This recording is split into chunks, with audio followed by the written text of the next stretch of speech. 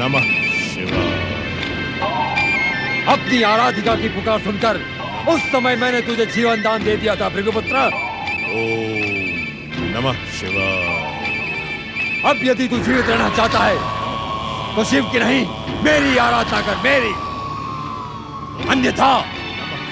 अन्यथा मेरी मायावी शक्ति से निकली हुई ये प्रचंड ज्वालाएं तुझे भस्म कर देगी। ओम नमः शिवाय। दुष्ट बुद्धि शुक्राचार्य, शिव आराधना के भ्रम में तू अपने जीवित रहने का मोह त्याग चुका है, इसलिए हम तुझे मृत्यु प्रदान करते हैं, तुझे मृत्यु प्रदान करते हैं, प्रदान करते हैं, प्रदान करते हैं, प्रदान करते हैं, प्रदान करते हैं। नमः शिवाय। ओम नमः शिवाय। ओम नमः शिवाय।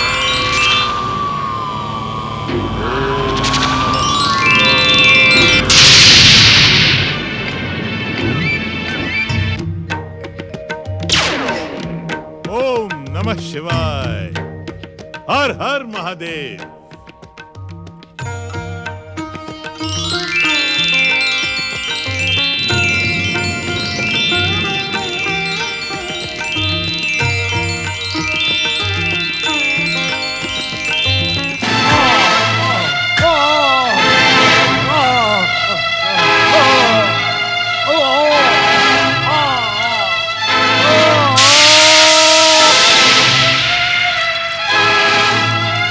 सर्वशक्तिमान ज्वालामयी भगवान मोहासुर ज्वाला से कभी भस्म नहीं होंगे, कभी नष्ट नहीं होंगे।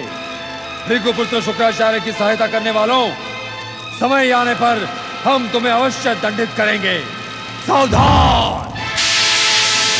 आप धन्य हैं महादेव, आप धन्य हैं। आपने तो मेरे जीवन की रक्षा कर ली। जिसके भीतर भक्ति होती है उसका जीवन साधारण नहीं असाधारण होता है।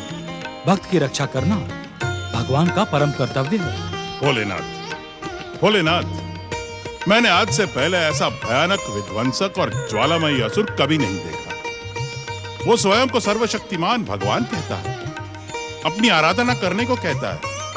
और तो और भोलेनाथ, वो दुष्ट मुझे दैत्य जाति का गुरु भी स्वीकार नहीं करता। किसी के स्वीकार न करने से क्या अंतर पड़ता है दैत्य गुरु? आप दैत्य जाति के हित चिंतक हैं और गुरु हैं, इसमें मुझे और संसार को कोई संदेह नहीं है। स्वामी, वो दैत्य जाति को मेरे विरुद्ध भड़का रहा है। आप ही बताएं शिव शंकर, उसे दंडित कैसे किया जाए? अपनी मूर्खता का दंड उसे मिल चुका है दैत्य गुरु। संसार को आतंकित करने और आप पर प्रहार करने के दंड स्वरूप हमने उसे दंडित करके पाताल जाने के लिए विवश कर दिया है। अर्थात अब वो दुष्ट संसार को आतंकित करने के लिए कभी पाताल से बाहर नहीं आएगा महादेव? मैंने ऐसा तो नहीं कहा शुक्राचार्य। मोहासुर जिन संसार विरोधी तत्वों से निर्मित हुआ है, वे तत्व शांत बैठने वाले नहीं हैं। वे तत्व उसकी धधकती हुई ज्वालाओं को भड़काएंगे, तब उसका ज्वालामयी शरीर पुनः प्रकट होकर संसार को भस्म कर देने का दुष्कर्म कर सकता है। हे सर्वशक्तिमान, दुष्ट मोहासुर को सदा सदा के लिए समाप्त करने का कोई न कोई उपाय तो अवश्य ही होगा। हे विश्वनाथ, आप अपने विश्व को उस दुष्ट की दुष्कर्मी आग से भस्म तो नहीं होने देंगे ना? आपके प्रश्न का उत्तर देने से पहले हम आपसे एक प्रश्न पूछना चाहते हैं। क्या आप अपनी बुद्धि और विवेक से मेरे प्रश्न का उत्तर देंगे? अवश्य भोलेनाथ, अवश्य। तो बताएं, आपको संसार की कितनी चिंता है? क्या आप सच्चे हृदय से चाहते हैं कि मोहासुर के दुष्कर्मों से संसार नष्ट ना हो? ये कैसा प्रश्न है भोलेनाथ? यह प्रश्न संसार के प्रति आपकी निष्ठा से जुड़ा है शुक्राचार्य। क्या संसार को मेरी निष्ठा पर संदेह है भोलेनाथ? ये मेरे प्रश्न का उत्तर नहीं है शुक्राचार्य। महादेव, जो तन मन से स्वयं को कल्याण रूपी भगवान शिव की भक्ति में समर्पित कर चुका हो, उसके जीवन का आदर्श तो संसार का कल्याण ही होगा।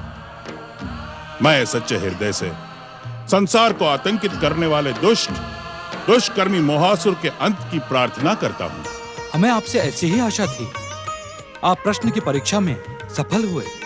दैत्य गुरु शुक्राचार्य, मोहासुर को सदा सदा के लिए समाप्त करने का एकमात्र उपाय है श्री महागणेश की आराधना।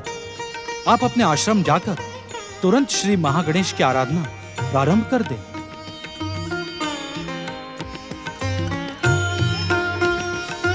जो आज्ञा महादेव।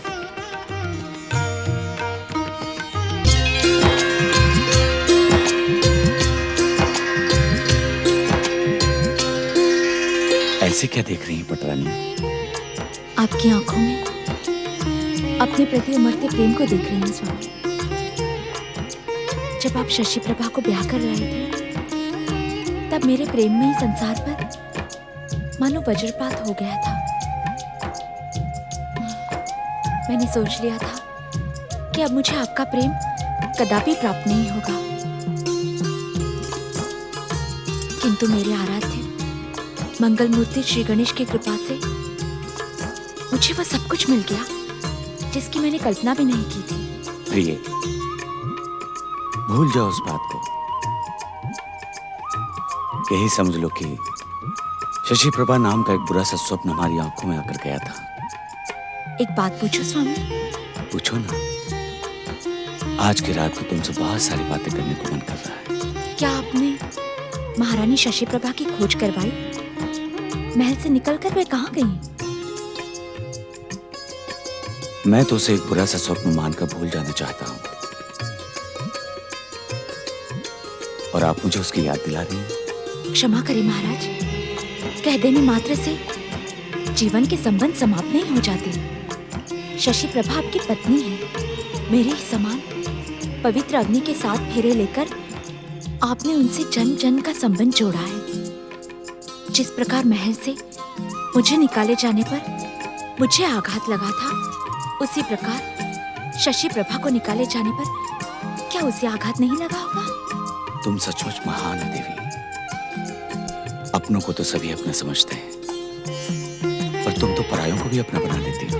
महाराज, मैंने आपसे महारानी के विषय में प्रश्न किया था। तुम्हारी खोज में गए सैनिकों ने वन प्रदेश के एक दुर्गम गुफा में शशि प्रभा को देखा था।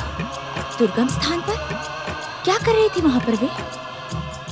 तुम्हें समाप्त करने के लिए गुफा में तंत्र मंत्र की साधना कर रही थी। उस गुफा में जहां दम घुटने वाला धुआं भरा हुआ था, हमारे सैनिक तो उस धुएं के स्पर्श मात्र से अचेत हो गए, परंतु वो उसी भयानक वातावरण में साधना करती रही। परंतु महाराज। नहीं महारानी, नहीं। हम अब शशि प्रभा के विषय में कुछ भी सोचना नहीं चाहते। उससे अब हमारा कोई संबंध नहीं। मेरे ही समान। हट जा चुड़ैल, हट जा यहाँ से। महाराज शशि वाहन की पटरानी मैं हूँ, पत्नी मैं हूँ। तुझे इनके समीप बैठने का कोई अधिकार नहीं है। हट जा। तुमने बिना आज्ञा के महल से बाहर जाकर कुल की मर्यादा को भंग किया शशि प्रभा। अब तुम्हें इस महल में रहने का कोई अधिकार नहीं है। अपना अशुभ काला कलूटा रूप लेकर चली जाओ वहीं जहां तुम गई थी। महाराज, इस चुड़ैल के कारण आप मेरा तिरस्कार और अपमान कर रहे हैं ना? अब ये मेरे क्रोध से जीवित नहीं रह पाएगी। मैं इसे मार डालूंगी। मार डालूंगी इसे। छोड़िए मुझे। कोई है? शीघ्र भीतर आओ। इस दुष्टा को बंदी बनाकर कारागृह में डाल दो। यदि ये बाहर रही तो हम सब के लिए संकट का कारण बन सकती है। मैं तुम दोनों को छोड़ूंगी नहीं। ले जाओ उसे। अपने अपमान का प्रतिशोध लूंगी। अपने आराध्य भगवान मोहासुर को प्रसन्न करके मैं तुम दोनों का सर्वनाश करवाऊंगी। सर्वनाश करवाऊंगी। सर्वनाश करवाऊंगी। छोड़ दो मुझे, जाने दो। मैंने कहा था शशि प्रभा को भूलना ही बेहतर होगा।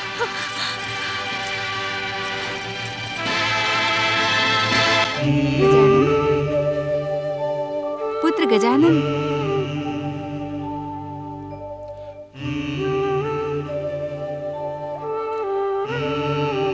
आंखें खोलो गजानन, अपने ध्यान को विराम दो।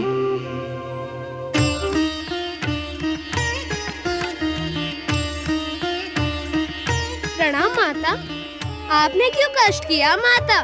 जब से आपने पिताश्री के समान ध्यान लगाना प्रारंभ कर दिया है, तब से मुझे कष्ट ही कष्ट होने लगा है गजानन। मेरे ध्यान से आपको कैसा कष्ट माता? नंदी, भृंगी और शिवगण तो तुम्हें ध्यान में देखते ही भयभीत होकर भाग खड़े होते हैं। ऐसा क्यों? ये तो मैं नहीं जानती, पर एक बार मैंने सुना था कि तुम्हारे ध्यान में बाधा डालने के कारण तुमने तो कुछ नहीं किया, पर तुम्हारी सूंड ने उन्हें दूर दूर तक दौड़ाया था।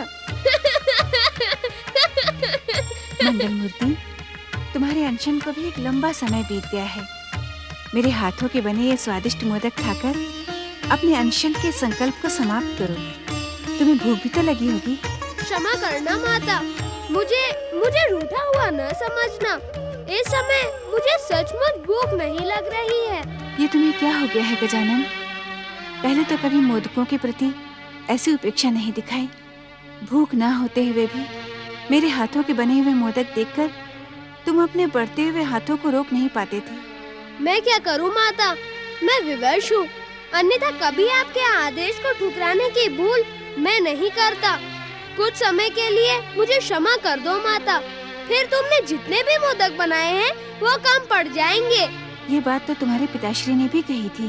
तो पिताश्री की बात मान लो ना। इस समय मुझे क्षमा कर दो।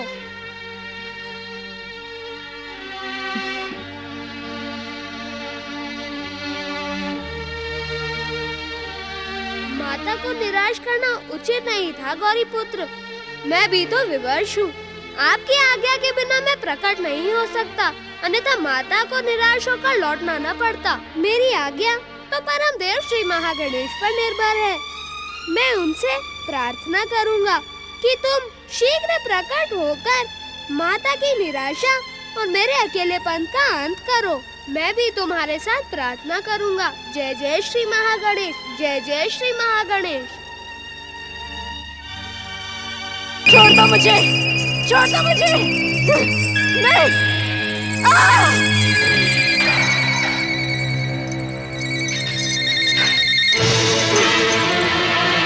नहीं, सर्वशक्तिमान भगवान मोहासुर, आपने मेरी आराधना और तपस्या को व्यर्थ क्यों किया? आपने इच्छित वरदान क्यों नहीं दिया? यदि आपकी कृपा से मुझे वरदान मिला होता तो उस गणेश भक्ति पर अभिमान करने वाली चुड़ैल को मैं जीवित नहीं छोड़ती। जाकर कहो अपने महाराज को कि मुझे सम्मान के साथ छोड़ दे, अन्यथा परिणाम बुरा होगा। तुम लोगों ने मेरा आदेश नहीं सुना। मेरा मुंह क्या देख रहे हो दुष्टों? आज्ञा का पालन करो, अन्यथा तुम दोनों को मारकर तुम्हारे शरीर को चील कौओं से नुचवाऊंगी, समझे? जाओ, जाओ।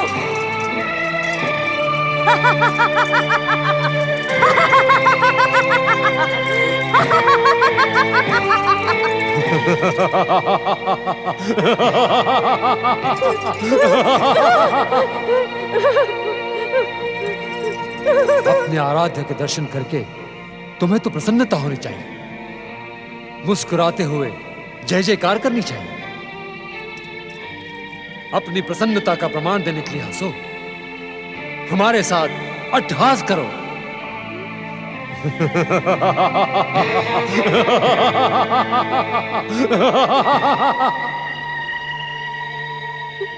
क्या निकृष्ट मानवों के समान इसी कायरता को अपना आभूषण बनाकर तुम सर्वशक्तिमान भगवान मोहासुर से वरदान पाना चाहती थी?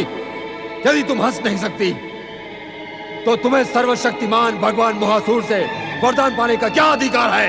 अट्टहास न करने के कारण ही सर्वशक्तिमान भगवान मोहासुर ने मेरी आराधना व्यर्थ कर दी, परंतु अब मैं अट्टहास का अभ्यास करूंगी। तुम कहाँ हो प्रचंड का पालिक? तुम्हारे कारण ही मेरी ऐसी दुर्दशा हुई है। यदि तुम मुझे अपने साथ न ले जाते तो महाराज शशिवाहन मेरा त्याग कभी न करते। तुम कहाँ हो कपालिक?